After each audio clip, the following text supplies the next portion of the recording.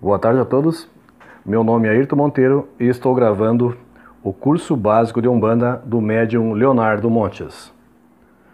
Capítulo 10. As religiões no Rio de Janeiro. Uma das obras mais importantes para conhecermos o momento religioso que antecedeu o surgimento da Umbanda no Rio de Janeiro é a obra As Religiões no Rio, do autor João do Rio. Este livro, composto de reportagens publicadas em 1904 e reunidas em um livro em 1906, formam um registro histórico muito importante sobre aquilo que denomino como efervescência religiosa no Rio de Janeiro no início do século XX, e que nos oferece um panorama sobre a vida religiosa da então capital do Brasil. Contudo, é preciso olhar a obra com cautela. A escrita de João do Rio, além de rebuscada, pois ele era um membro da Academia Brasileira de Letras, é recheada de referências cruzadas e citações de obras e autores que normalmente são desconhecidos do grande público, o que dificulta sobremaneira a leitura. Além do mais, é composta de frases que soam pejorativas, satíricas e mesmo preconceituosas, dificultando a compreensão do culto por ele descrito.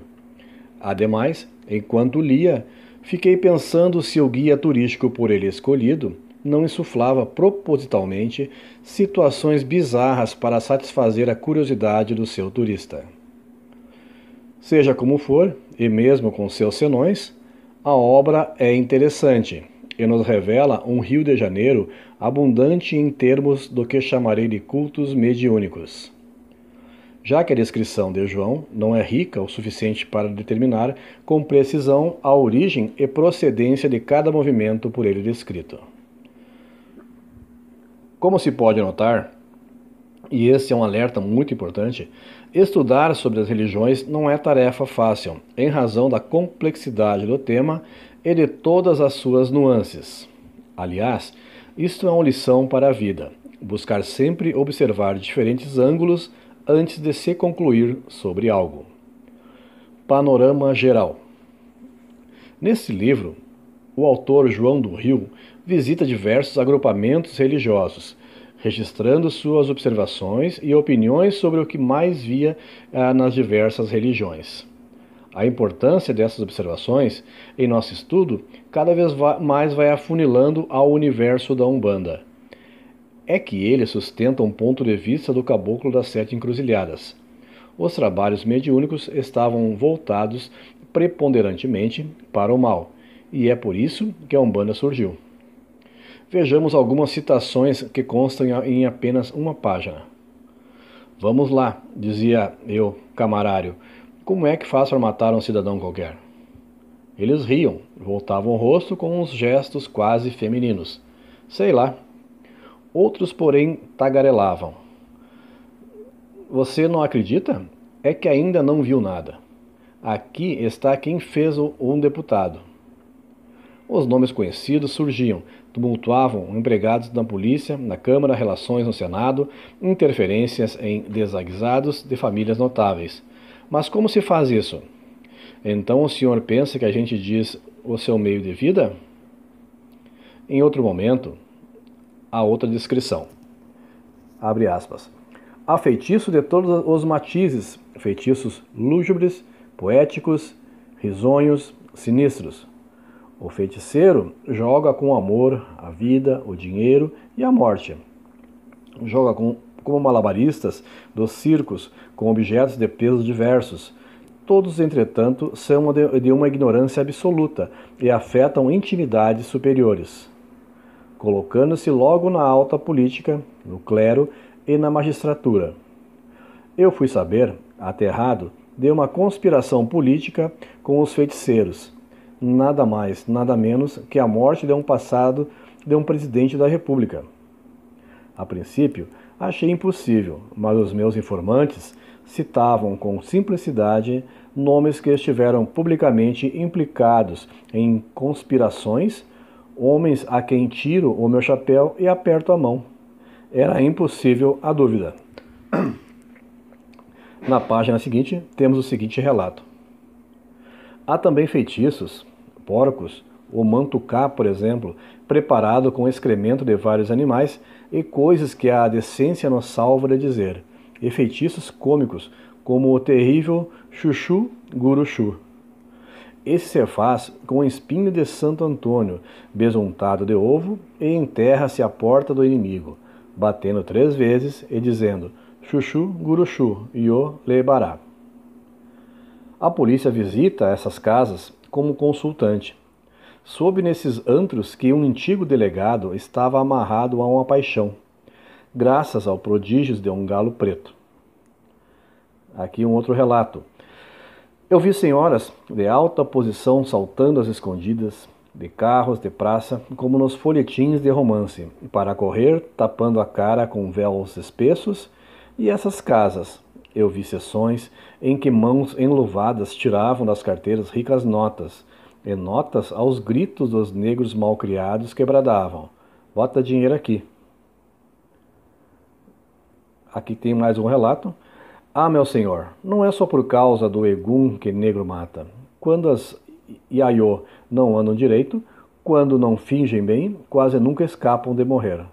Há vários processos de morte. A morte lenta, com beberagens e feitiços diretos, a morte na camarinha por sufocação. Mais um relato de João do Rio. Abre aspas. Quando entramos na sala das almas, à luz fumarenta dos candeeiros, a cena era estranha. Havia brancas meretrizes de grandes rodelas de carmim nas faces, mulatas em camisa mostrando os braços com desenhos e iniciais em azul dos proprietários do seu amor. E negros, muito negros. Esses últimos, sentados em roda do assoalho, estavam quase nus. E algumas negras, mesmo inteiramente nuas, com os seios pendentes e a carapinha cheia de banha. Um outro relato diz, abre aspas, eles fingem os gestos dos mortos, segredou-me Antônio. Palmas ressoavam estridentes saudando a chegada do invisível. As varas de marmelo lanhavam o ar e as almas, e naquele círculo silvante, ao som dos xeguedés e dos atabaques, batiam surdamente no chão aos pulos da dança demoníaca. Veja, Vossa Senhoria, a chantagem. Murmurou Antônio, os negros recebem dinheiro antes dos homens e obrigam as criaturas pelo terror a tudo quanto quiserem. Por isso, quem descobre o egum, morre.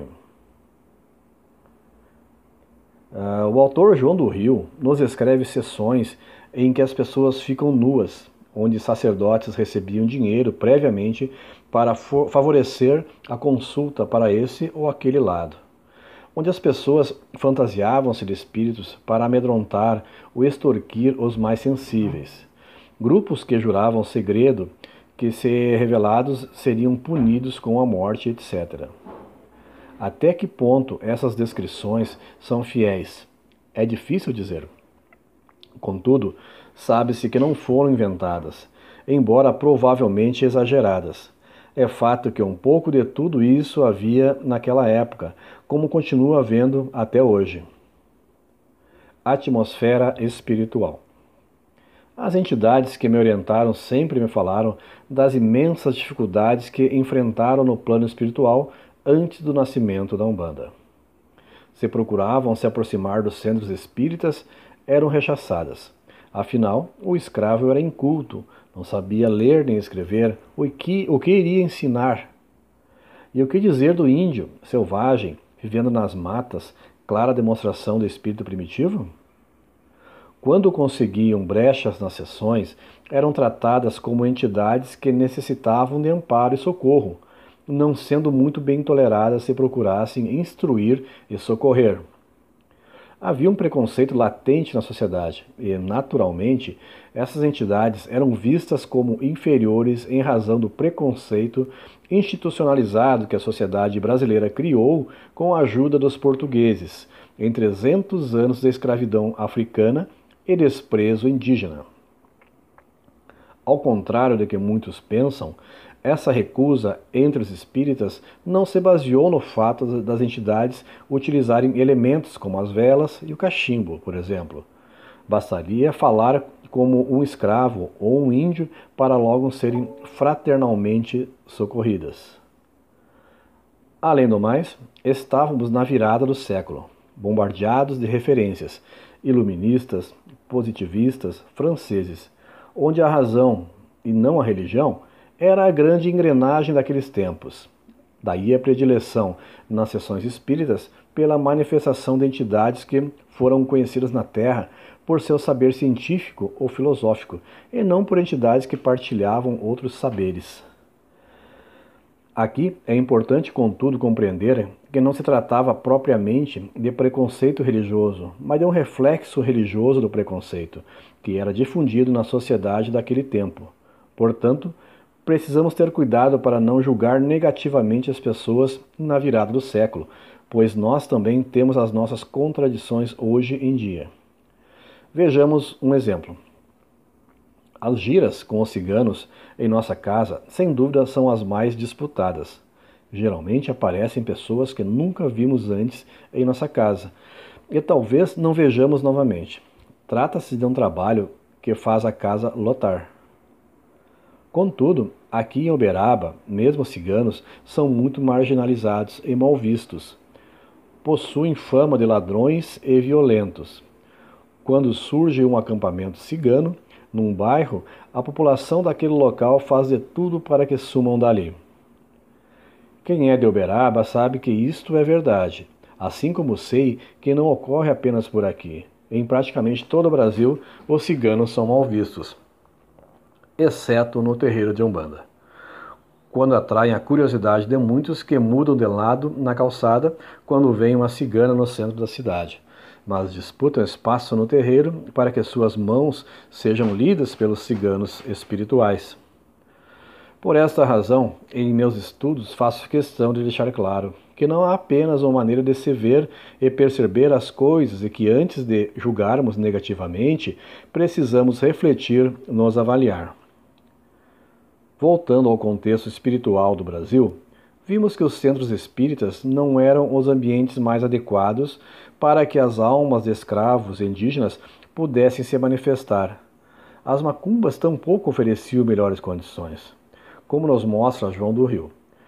Os candomblés estavam focados nos cultos às divindades africanas. Enfim, a alternativa mais viável era a criação de um movimento novo, aproveitando o que já havia de religiosidade disseminada entre o povo, a fim de que essas entidades e tantas outras com o tempo pudessem se unir e se manifestar trazendo a sua caridade. Aqui encerramos o capítulo 10. Até a próxima aula. Muito obrigado a todos.